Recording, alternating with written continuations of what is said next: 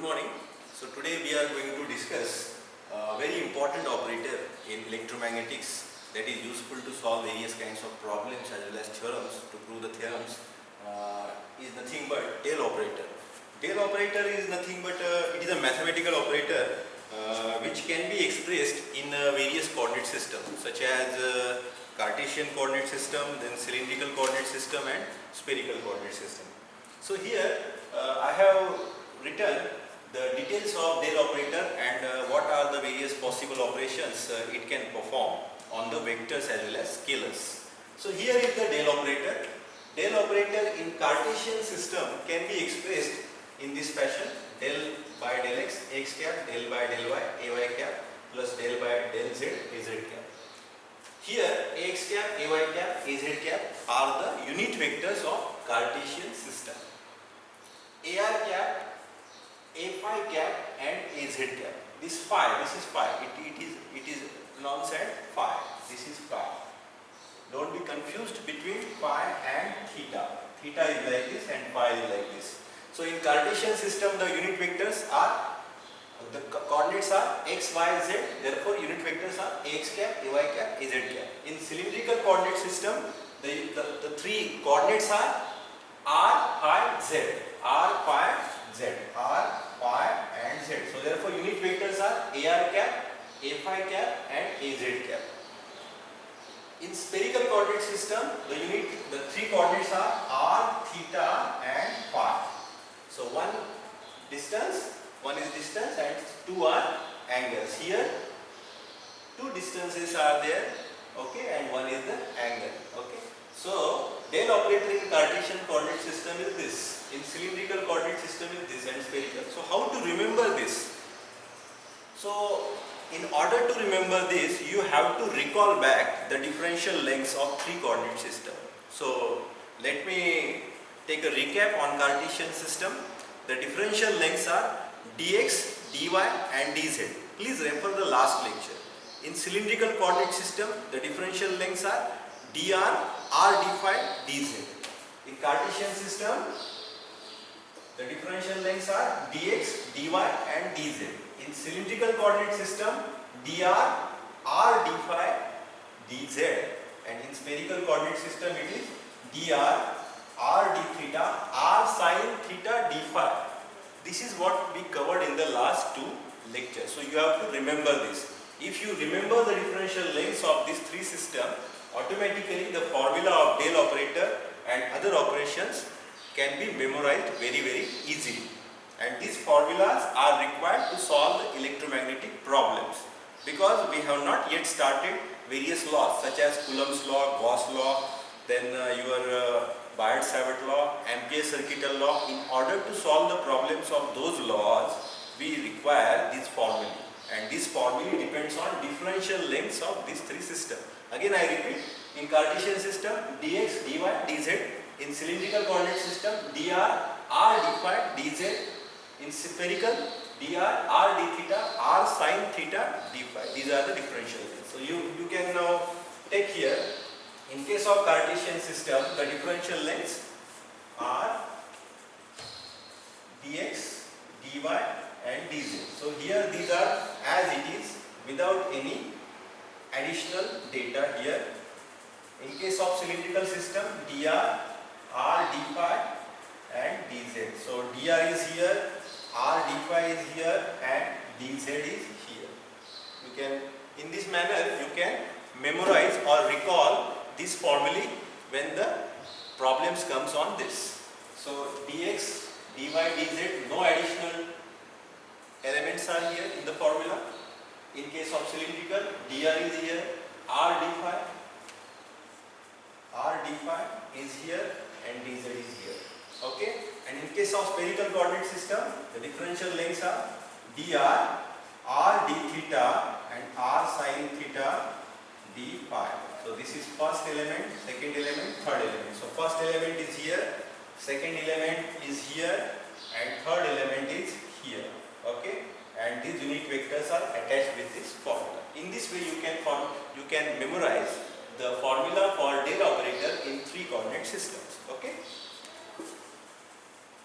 After this you can find here del operator can be del operator can be used with scalar as well as vectors. So you recall the very first lecture on scalars and vectors. Vectors can be multiplied, two vectors can be multiplied in dot manner and cross manner. Okay? And scalar, there is no such issues with the scalars, multiplications of scalars. Now here, one thing to note down is here, del operator is a vector because unit vectors are attached in the formula. So vector, del operator is having some magnitude. This is the magnitude in x direction, this is the magnitude of del operator in y direction, magnitude of del operator in z direction, and these are the directions. So del operator is a vector. So if I multiply a scalar with the del operator, then that operation is called as gradient. If I multiply the vector with the del operator, then two multiplications are possible, two ways of multiplications are possible. If I take the dot product of del operator with any vector, then such operation is called as divergence of that vector. If I multiply del operator with any vector in a cross manner, then such a operation is called as curl of that vector, whatever may be that vector, a bar, b bar, c bar, d bar, anything. So gradient of a scalar is possible, divergence of a vector is possible, and curl of a vector is possible with this scenario. Okay. Now let us one by one we will take how to derive the gradient formula in three coordinate system, divergence of vector formula in three coordinate system, and curl of any vector formulas in three coordinate system we are going to cover in this lecture. So here first of all let us take the gradient of a scalar. Gradient of a scalar is denoted in this manner, del V. V is any scalar. For example, you can have a scalar, b scalar, any scalar. Scalar means it has only magnitude, no direction. For example, V is a scalar, so V can be like this, or V can be -5, or A can also be our scalar like this. So scalar do only have the magnitudes, no directions, correct? So if it is so, then gradient of a scalar, how would you find out gradient of a scalar? Gradient of a scalar you just attach, for example V is 5, then 5, if I want to take gradient of V, then del formula into 5. So 5 you have to put inside this. Inside this bracket, what is there? Formula of del. For example, I want to multiply these two in Cartesian system, then I will use this formula. If I want del operator in spherical system, then I will use this formula. Okay? Similarly, the case for spherical system. So this is the scenario. Now next operation is divergence of a vector. Divergence of a vector can be obtained if I take dot product of del operator with any vector, any given vector.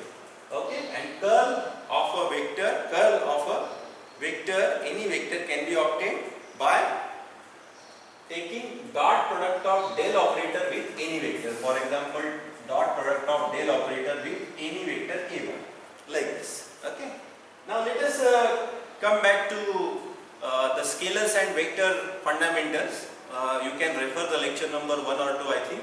So for example, we are having this vector a bar. A bar can be present in x direction, it can also be present in y direction, or can be present in z or absent in the z direction. For example, a bar is like this. So here we can find that a bar is present in x, y and z in all three directions. So this I can denote it by ax, this -2 is ay, and az is 3. Okay. It may happen that a bar is like this. Then in this case ax is 25, ay is -2 and az is 0. This you have to remember, it is very important. Okay. This a bar is now expressed in Cartesian coordinate system.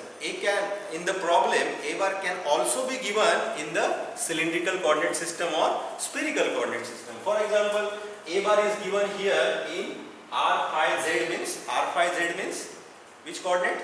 Cylindrical coordinate system. In spherical coordinate system, r theta phi. Okay.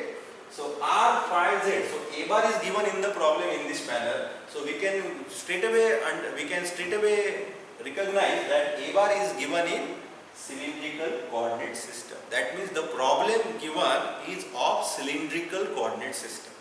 Okay. So here if the a bar is given like this, then we can identify this 30 is nothing but r component of a bar. Okay, r component of a bar, and this 4 is the magnitude of phi component of a bar. That means a phi, and this is z component of az is what? How much? Minus 10. Remember here is minus, so az is minus and a phi is plus 4. Okay. So in this way we can identify the magnitudes of given vector in respective directions for any coordinate system. Okay. Now again, two more very important conclusions we had in the previous lectures, that dot product of same unit vectors is always 1. Dot product of same unit vectors. For example, x cap dot x cap is always 1. AR cap dot AR cap is always 1. AZ cap dot AZ cap is always 1. A phi cap dot and so on. Okay. Again I repeat, dot product of same unit vectors is always 1. Otherwise it is 0. That means if I multiply AX cap with AY cap in dot manner, AX cap dot AY cap, it will be 0. Similarly, if I am dealing with spherical coordinate system, then if I multiply AR cap dot for example A phi cap or AZ cap or A theta cap like this, then it will be 0, because what is the rule? Dot product of different unit vectors is 0, but dot product of same unit vectors is always 1.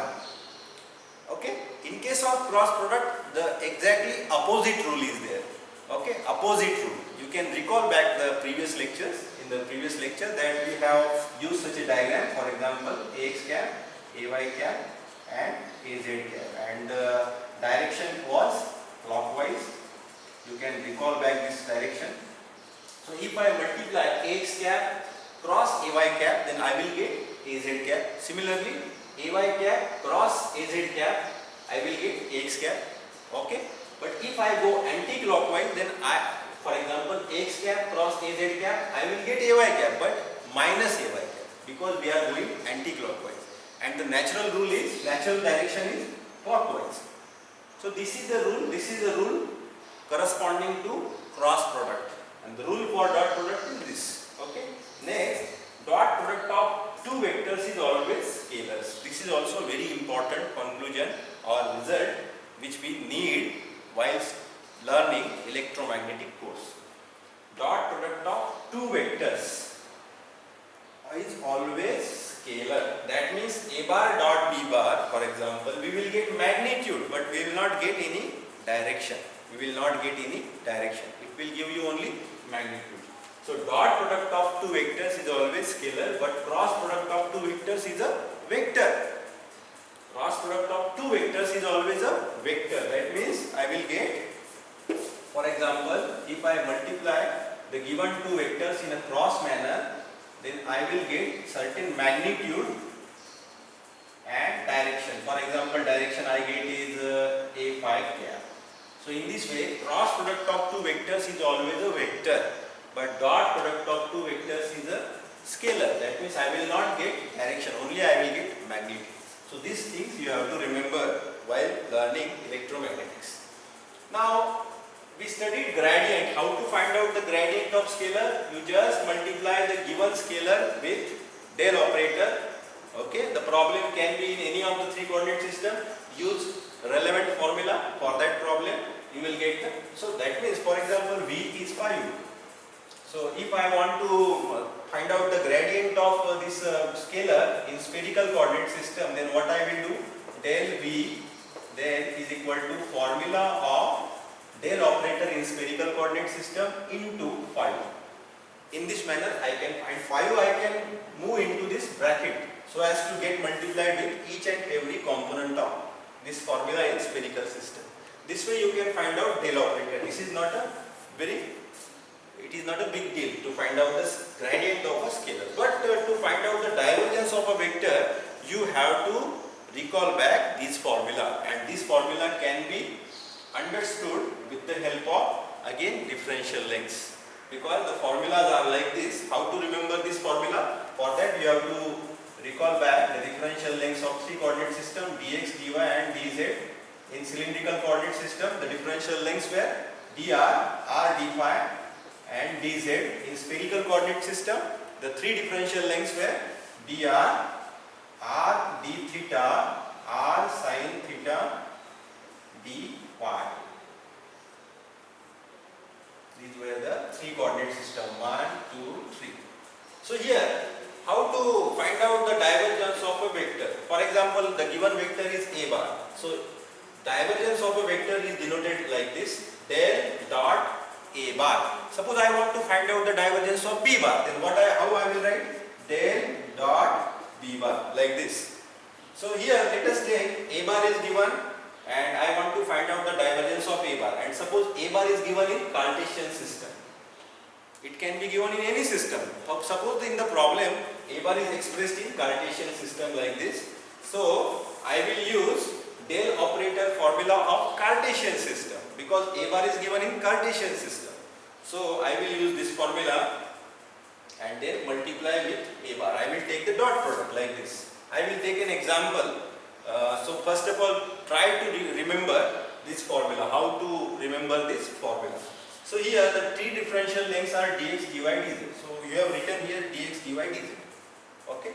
And in case of cylindrical system, dr, r, d phi, dz. So dr is written here, r d phi is written here, and dz is written here. But you can note down that the first differential length was dr, but there is one additional term added here. Otherwise, rest of the two differential lengths are kept as it is, r d phi and dz. Correct or not? Okay. Here, in the first term, one additional term is mentioned here, 1 upon r and r. So r into r may get cancelled. In this manner, you can memorize this particular formula. One additional term is added and one additional term gets removed here. So r into r. In this manner, you have to remember this formula. But here in del operator formula, I just straight away mentioned everything. Straight away added these terms here, dx, dy and dz. Okay. In cylindrical system, dr, r d phi, and dz. In spherical system, dr, r d theta, r sin theta, d phi. But in the divergence formula, in the Cartesian system, in formula no additional term is to be added, but in second formula of cylindrical system, in the first term one additional term is added, and in order to compensate that, this is attached here so that you can memorize in this fashion. Okay. In spherical coordinate system, again dr, r d theta, r sin theta, d phi. So dr is placed here, and here you can note down one additional term is added here, r square, and it is multiplied. It is divided here, it is multiplied here. So in this manner you can memorize this particular formula. The rest of the two terms are same, r d theta, one more term is added here, sin theta is added, because the second differential length was r d theta. This term is added and it is divided here, it is multiplied here. So in this way you can memorize this particular formula. And r sin theta d phi, r sin theta d phi as it is. You understood? In this manner, somehow you have to memorize or remember this formula. This one technique I just explained, how to remember this formula. In case of del operator formula, differential lengths are mapped as it is. In case of gradient formula, there is no issue. In case of divergence formula, only you have to remember that Cartesian differential lengths are mapped as it is. No issue with to remember or to recall back this formula. Cylindrical system differential lengths are mapped with one additional term at the first place, that is 1 upon r and r. Okay, r is divided here and multiplied here. In this way you can Remember, and in case of spherical formula of divergence, two terms are added at two places.